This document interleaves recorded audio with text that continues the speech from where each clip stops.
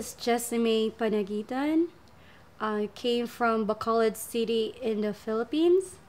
I'm 31 years old and I'm currently living in Orlando, Florida right now. I graduated in hotel and restaurant management, so I don't have experience in hotel. So one day some guy offered me like going to America to work in a prestigious hotel and it will help you when you go back to the Philippines. So I applied for that job. I came to America for the 18 months program and it really helped me because you will not experience that by books. In order for me to go to America, I have to pay certain fees. So more or less it'll come up like $5,000. During the time when I was in J1, I was break even. I wasn't making money. It's just enough for me to survive. And then when I went back to Philippines, I have to borrow money again to come back as an H2B. So it's all about borrowing and paying while supporting the family. I lived in an apartment complex. It's very expensive. You cannot rent by yourself to pay $1,000. We live in this 3-bedroom apartment with 10 people. You don't have privacy, in short. You don't have that. Psychologically, you would see it's really bad because I have never experienced that kind of living situation in the Philippines when I was growing up, but I have to deal with it here. When the VR services did not help us anymore with our paperwork, I have to encourage everybody to be together, and that way we would be heard as one. Yeah, this company is called Very Reliable Services. I gave them my paperwork that they need for immigration and I paid them $500 to renew my papers.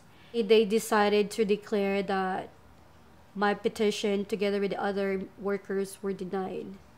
We've been exploited by this agency and you have to gather that negative thoughts into positive thoughts. Maybe God gave you that opportunity and that way people would look at you and see like, hey, there's this situation that's happening in the world. So we decided, half of the 132, 50 of us decided to, yeah, let's move forward. So we went to a lawyer and seek some advice of what we could do. And he gives us his opinion. He promised a lot of things. We paid him around a total of $25,000. After September, October, November, December, January, he hasn't replied to my emails. Every time I make an appointment, the secretary would tell us like he's out of town, he's doing this and that. So at that point in time, we're all frustrated again because he took away our little bit of money and we get nothing. And time is running out. We cannot stay in the America without a status. But then in December 2009, I heard that the agency got shut down. We still have at least 2 weeks of our services that were rendered into the hotels. All the checks were bouncing. We felt like we're disposable people. It's not a normal life to live without a status because the interaction between employee and employer was not established correctly at the very beginning. And then when we seek for help, obviously we didn't get the help that we need.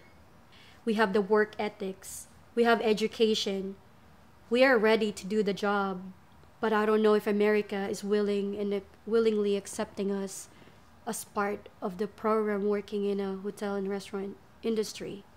We don't only need the training, but we need the support.